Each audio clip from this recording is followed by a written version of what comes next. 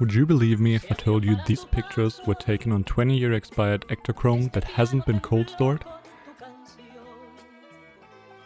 After watching No Grain No Gain's video on saving expired slide film, I came across a lot of long expired Ektachrome 64. It was only €100 for 40 rolls, so I was willing to give it a try, considering that one box of fresh Ektachrome is much more than that. The seller let me know that these were stored in their basement for most of their life, not in the fridge or freezer. Knowing that, I didn't even give it a chance at 64 ISO. If you haven't watched No Grain No Gain's video, I highly recommend you give it a watch. A lot of people still recommend shooting expired slide film at box speed and just praying it didn't deteriorate too much. This can work, but there's a lot of film that's just too heavily fogged to give you a good image. In his video, he overexposes old slide film and pulls it in development, overcoming the base fog. You can think of base fog as if something exposed your film uniformly with a dim light over a long time. It's dependent on age, storage conditions, and probably caused by background radiation. In color negative film, base fog makes the film more dense, while in reversal processed slide film, it makes the images less dense. Here's expired Fujichrome 100 shot at box speed, quite thin overall.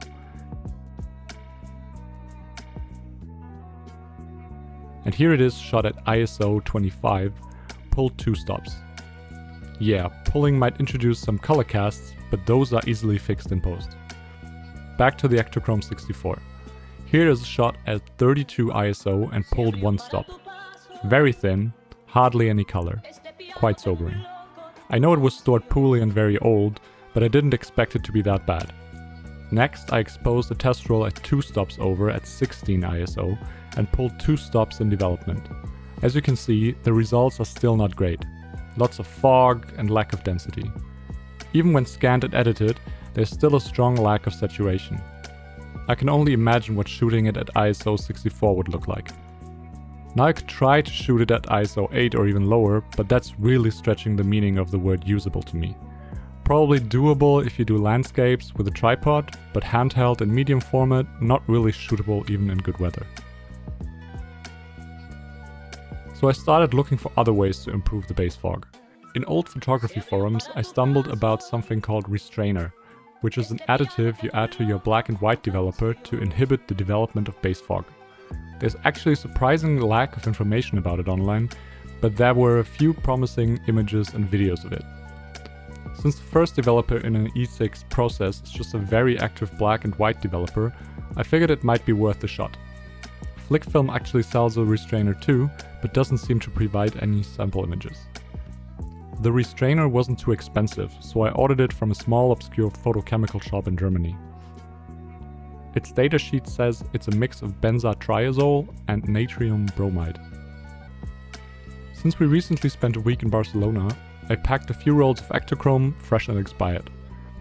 I shot the expired Ektachrome 64 at ISO 25, since that's the lowest ISO my Bronica will meter at. I could meter and expose manually, but doing that for every shot is too bothersome for me. Luckily, I came back with 2 rolls of hand-checked exposed Ektachrome 64.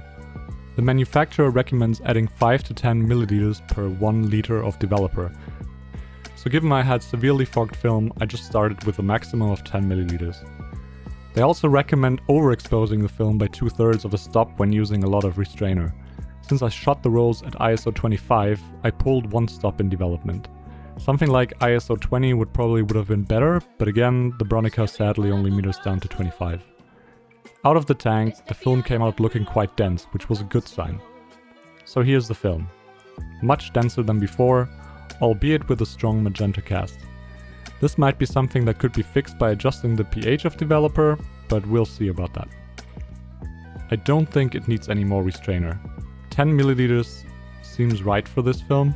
Remember, the film on top is exposed at ISO 16, while the lower one is shot at 25. Still a far cry from fresh slide film, but honestly, with a bit of correction, these look phenomenal to me. All colors are there and the density allows for good scans. The subtle color reminds me of Ektachrome or newer Wolfson film, without the aggressive grain. As you can see, the grain in general is pretty good for expired film.